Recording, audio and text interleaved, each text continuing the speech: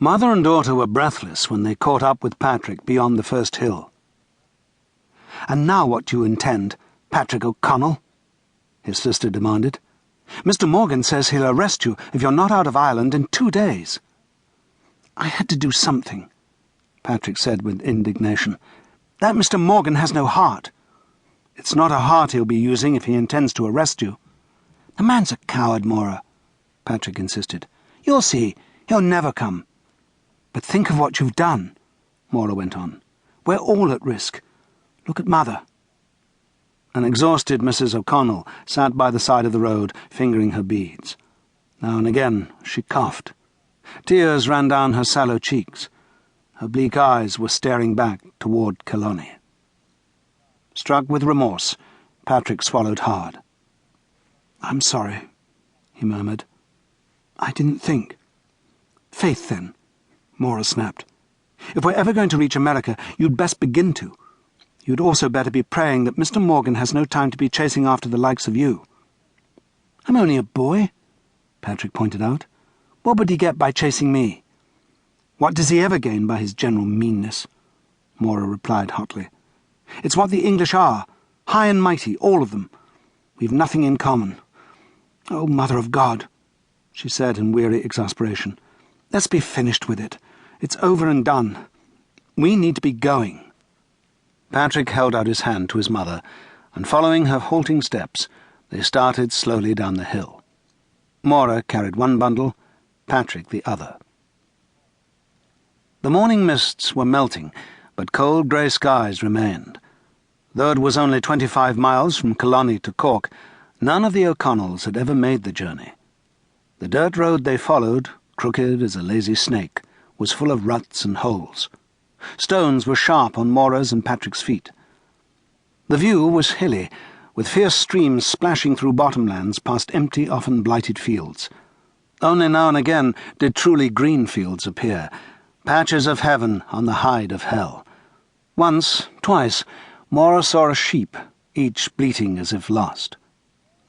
As they made their way, Patrick, hoping his sister wouldn't notice, kept stealing looks back for signs of Mr. Morgan. The farther they travelled, with no sign of the agent, the better he felt.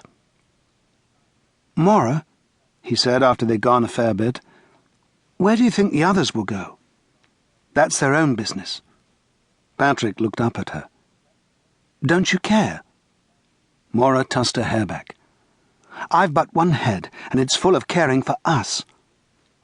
"How long will it be till we get to Cork, then?" he wondered. "We'll get there when we do," Maura snapped. Then, regretting her harsh tone, she added more softly, "It shouldn't be more than 2 days, if we can keep a steady pace." She gave a knowing nod toward their mother. For a long while they did not speak. Then Patrick said, "There, you see? Didn't I tell you Mr. Morgan wouldn't come?" "Well, God help us if he does." 2 hours of walking brought them to a T in the road. They halted. A white stone marker indicated Cork was to the left, 18 miles away. Since they had not eaten that day, Maura untied one of the bundles and pulled out a small sack. From it she scooped a handful of sour-cooked cornmeal. She placed a small portion in her mother's hand and did the same for Patrick. A last bit she took for herself. Patrick studied his helping. "It's not even fit for pigs," he said. "There's no good complaining," Maura reminded him. "Father Mahoney said our food must last till Cork. Once on the boat, they'll feed us. It's part of the ticket price."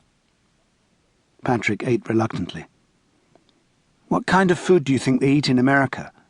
he asked. Maura held out some cornmeal. "They say this comes from there." Patrick screwed up his face. He hated the dry, gritty texture of the meal. "Maura," he said, "is everyone in America rich?" "I don't know." Patrick grinned. "I intend to be rich. Can you guess what I'll have when I am?" "No." "Heaps of decent food. And a horse." And what, Patrick O'Connell, would a dirt poor